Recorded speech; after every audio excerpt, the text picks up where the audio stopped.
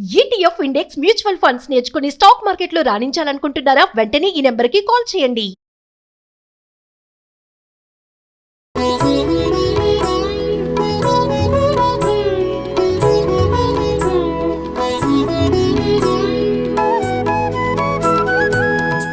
బియ్యంతో కొంచెం శనగపప్పు కలిపి పాయసం చేద్దాం. ఓకే అండి. ముందేం చేద్దామంటే బియ్యం అంటే ఇప్పుడు కొలత సాధారణంగా ఒక 3 గుప్పెళ్ళ బియ్యం తీసుకున్నాం అనుకో, అది ఇంచుమించుగా ఈ గ్లాస్ అంత అవుతుంది. ఒక అంత బౌల్ పాయసం అవుతుంది, పాలు పోసుకుంటాం కాబట్టి. ఓకే, ముందేం చేద్దామంటే అన్నాన్ని కుక్కర్లో ఉడికించేసేద్దాం, తర్వాత పాయసం మిగిలిన ప్రాసెస్ చేద్దాం. అట్లనే. ఓకే, బియ్యం కడిగి పెట్టేసుకున్నాం. ముందే పెసరపప్పు అదే శనగపప్పు కూడా వేసాను, ఒక కుక్కర్లో వేసేసుకోండి. ఇవి తొందరగా అయిపోయి ప్లాన్ కదా మంది. అవునవును.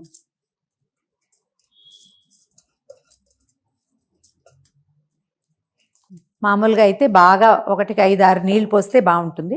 కుక్కర్లో పెడతాం కాబట్టి అన్ని ఎక్కువ నీళ్ళు పోయొద్దు. మామూలుగా 2 వేస్తాం కదా, 3 వేసుకుందాం. కాసిన పాలు పోసేసి వండేసుకుంటే బాగుంటుంది, అంటే చక్కగా వస్తుంది అనమాట టేస్ట్. 2 గ్లాసులు నీళ్ళు పోసాను కదా, ఒక గ్లాసున్నర అట్లా పాలు పోస్తే బాగుంటుంది. శనగపప్పు కూడా వేసాం కదా, పచ్చిపాలే ఇవి. అవునవును. పాలు పోసేసి మూత పెట్టేసేద్దాం కుక్కర్. అది అది ఓకే, స్టవ్ ఆన్ చేసేసాము, వెయిట్ పెట్టేస్తే అయితే ఇప్పుడు ఎన్ని విజిల్స్ రానిద్దాం రమ్మగారు? ఇవి ఒక 2-3 విజిల్స్ రానిస్తే సరిపోతుంది. మనం దీంతో పాటు ఇంకొక పని ఏం చేయాలంటే, మామూలుగా పాలు పోసిన పాయసంలో బెల్లం వేస్తే విరిగిపోతుంది. అవును, బెల్లం విరగకుండా ఉండాలంటే బెల్లాన్ని కరగబెట్టి ఉంచుకోవాలి. ముందుగా కరగబెట్టి ఉంచేసుకుంటే సరిపోతుంది. ఇది వచ్చే లోపల మనం ఆ పని చేద్దాం. అట్లానే అలానే. ఇదిగో బెల్లం కొంచెం ముక్కలుగా ఉంది కదా, సన్నగా తరిగి పెట్టుకున్నాం కదా. దాన్ని ఏం చేద్దామంటే, మనం ఏ కొలత పెట్టుకున్నామో దాంతో ఇంచుమించుగా 1.5 పడుతుంది. నేను గుప్పెళ్ళ లెక్క కదా నాది. అవును, సో నేను మీకు గ్లాస్ కొలత చూపించాను చూడండి. ఒక 3 గుప్పెళ్ళ బియ్యం వేసాం కదా, అటు ఇటుగా ఒక 4-5 గుప్పెళ్ళ బెల్లం వేస్తే సరిపోతుంది. ఇంచుమించుగా ఈ కట్ చేసి నేను ఇక్కడ పెట్టిన బెల్లం దానికి సరిపోతుంది. ఇది ఇవాళ బెల్ల పాయసమే చేస్తారు. మధ్యలో ఒకరోజు క్షీరాన్నము అని ఉంటుంది, ఆ పూట తెల్లని పాయసం చేస్తామన్నమాట. కొద్దిగా ఈ బెల్లం తడవటానికి కొంచెం నీళ్ళు పోస్తే చాలు, చాలా ఏం అక్కర్లేదు. కొంచెం పాకం రానిచ్చి గనక కలిపేసుకుంటే పాయసంలో బాగుంటుంది. స్టవ్ వెలిగిస్తాను. ఇది పెద్ద స్టవ్ కదా, కొంచెం సిమ్లో పెట్టుకుందాము. దీన్ని కాస్త కదిపితే అది అడుగు అంటకుండా వస్తుంది. మనం సన్నగా తరిగేసుకుంటే మనకి ఇంకొక అనుమానం ఏంటంటే, ఇది ఇప్పుడు మనం సన్నగా తరిగిన బెల్లం కుక్కర్లో వండిన అన్నంలో వేసుకోవచ్చు చివరికి, కానీ బెల్లంలో ఒకవేళ ఇసుక ఉంటే, అవునండి ఇప్పుడు ఇసుక లేని బెల్లం రావట్లేదు కదా, అందుకని కాస్త బెల్లం కరగబెట్టుకుంటే అనుమానం ఉండదు, కసకసలాడము అలా లేకుండా అవుతుంది. కరగబెట్టేసుకోవాలి. 2 ఎట్ ఏ టైం సైమల్టేనియస్ గా అయిపోతాయి, ఏం ఇబ్బంది లేదు. బెల్లం కరిగాక జీడిపప్పులు కిస్మిస్లు వేయించి పెట్టేసుకుందాం. ఈ మూత తీయటం ఏమిటి, మిగిలిన పని అయిపోతుంది.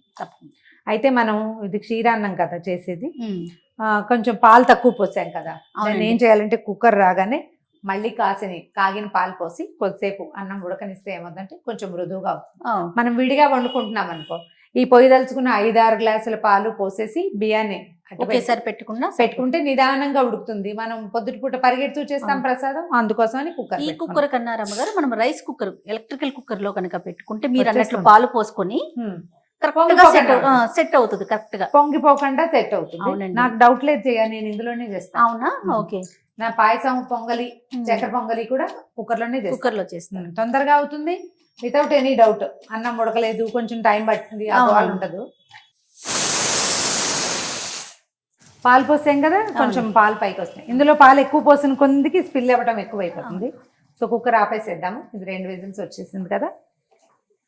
బెల్లం కూడా కరిగిపోయింది రమ్మగారు. బెల్లం కూడా కరిగింది, కొంచెం గుత్తలాడినిచ్చి మనం ఇది మూత తీసే టైం కదా ఆపేసేద్దాం. అట్లా ఈ లోపల ఏమవుతుంది, కొంచెం నీళ్ళు ఎక్కువ పోసాం కదా, ఇసుకుందని అనుమానంతో. అవునవును, కాస్త బెల్లం కొంచెం చిక్కబడుతుంది. దీనికి పాయసానికి తీగ పాకం రావక్కర్లా. చక్కెర పొంగలికి తీగ పాకం వచ్చిన పాకం చాలా ఎక్సలెంట్ గా కుదురుతుంది. దీనికి బెల్లం గట్టిగా కరిగి కొంచెం చిన్న చిక్కదనం వస్తే సరిపోతుంది. పాకం పూర్తిగా కరిగిపోయింది, చిక్కబడిపోయింది. మనం ఏం చేద్దామంటే దీన్ని కొంచెం వడబోసేసి పెట్టుకుందాము. అలానే.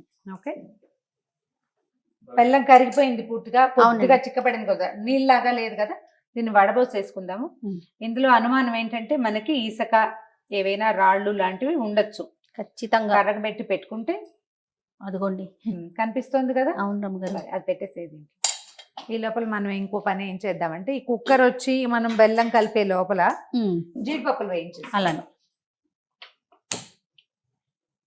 ఇది పెద్ద స్టవ్ ఉంది. ఓకే, నీ పక్కనే నెయ్యి ఉంది, వేయి చేయాలి దీంట్లో కొంచెం.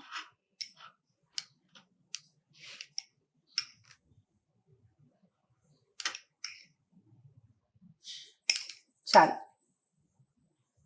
స్పూన్ నుంచు కాసిన జీడిపప్పులు, తర్వాత కిస్మిస్లు. మనం చకచక వేయించుకుంటే రెండు కలిపి ఒకసారే వేసేసుకోవచ్చు. స్పీడ్గా చేయలేము, అవి ఒకటి మాడిపోతుంది రెండోది వేగదు అలాంటి డౌట్ ఉంటే విడివిడిగా విడివిడిగా పెట్టుకోవాలి. కొద్దిగా వేగనిచ్చి వీటిని, కిస్మిస్లు వేగుతుంటే భలే ముచ్చటగా ఉంటుంది. ఇలా ఉబ్బుతాయి కదండి, ఉమ్. సరిపోతాయి. ఇట్లా నల్లగా అయిపోనివ్వకుండా కొంచెం తెల్లగా ఉండగానే అవును. తీసేస్తే మనకి జస్ట్ ఆ పచ్చిదనం పోతే సరిపోతుంది. సరిపోతుంది. ఇగో కిస్మిస్లు అన్నీ వచ్చేసినాయి, జీడిపప్పులు లేతగా రంగు మారింది. తీసేద్దాం. గ్లాస్లో పోస్తే పోతుంది, ఆ గ్లాస్లో పోదా. స్టవ్ ఆపేద్దామా? ఓకే, జీడిపప్పులు కిస్మిస్లు ఒక దాంట్లోకి తీసేసుకుందాం జయ. అవి చల్లారుతాయి. ఈ లోపల మన కుక్కర్ వచ్చిందేమో చూద్దాం. అలానే ఓకే, అయిపోయిందండి. కుక్కర్ వచ్చేసింది.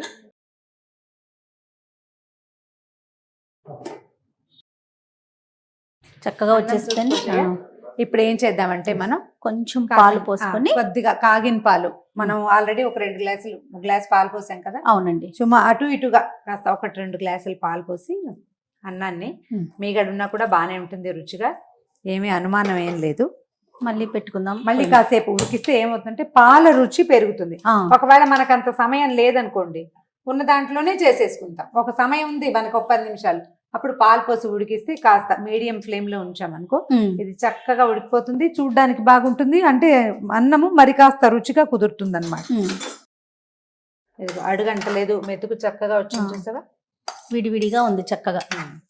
ఇప్పుడు పాలు పోసి ఉడికిస్తే ఇది సరిపోతుంది. శనగపప్పు కూడా ఉడికిపోయింది చక్కగా. కుక్కర్ లో ఉడకకుండా ఏమవుతుంది.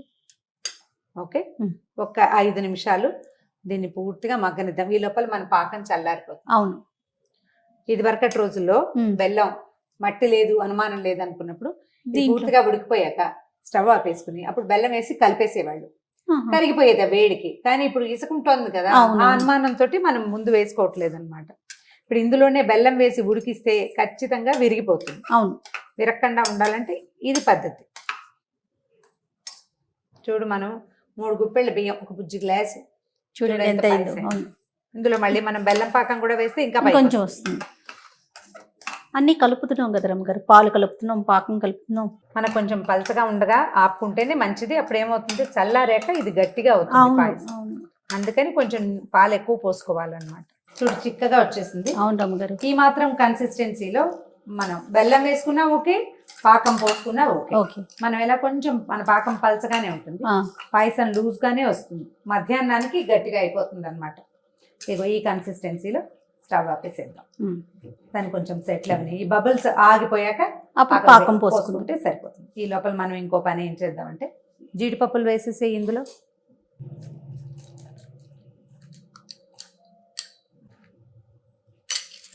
ఏలకుల పొడి, ఇలాచీ పౌడర్ వేసేసుకోవాలి.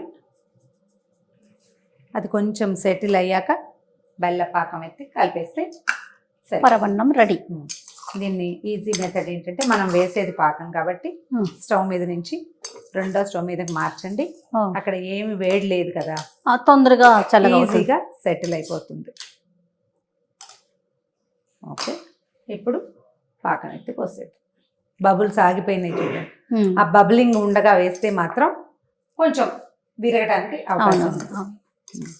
మామూలుగా జయ, ఇట్లా ఏదైనా పదార్థం చేసేటప్పుడు మనం ఏం చేస్తామంటే, అంటే చాలా మంది ఇళ్లలో ఈ అలవాటు ఉంటుంది, మా ఇంట్లో కూడా ఉంది, నేను నా చిన్నప్పుడు లేదు, తర్వాత నేను నేర్చుకున్నాను. ఈ వస్తువు చెడుతుందన్న భయము, బాగా కుదురుతుందో కుదరదో అన్న అనుమానము ఉంటాయి.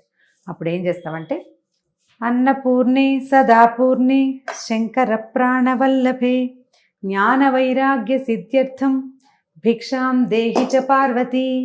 ఈ శ్లోకం చదువుతూ కలిపిస్తే వస్తువు పాడవదు, ఉప్పు సరిపోతుంది, తీపి సరిపోతుంది అని అన్నపూర్ణాదేవిని తలుచుకుంటూ ప్రసాదాలు చేసుకుంటాం. రోజువారీ వంట కూడా ఇదే శ్లోకం. వంట పాడవదు, రుచిగా కుదురుతుంది. మనం వేసిన ఉప్పు ఒకవేళ సరిపోకపోయినా అసలు ఆ ఉప్పుకి సరిపడా తినగలిగే వాళ్ళే వస్తారు. అయిపోయింది. ఇదిగోండి పాయసం. చూడు, ఈ బౌల్లో వేసుకుందాం అజయ. అలాగే ఎత్తివేసి మనకు కనిపిస్తుంది అది ఎట్లా వచ్చిందో, విరక్కండా వచ్చిందా లేదా. ఎత్తివేయకు, పడిపోతుంది కింద. ఓకే, వేసిన జీడిపప్పులు కూడా చక్కగా కనిపిస్తున్నాయి కదా. కొంచెం నెయ్యి, దాని మీద 1 స్పూన్ నెయ్యి వేసి ఆల్రెడీ మనం వేసాము. అదొక తృప్తి అనమాట. అది బెల్లపు పాయసం రెడీ అయిపోయింది.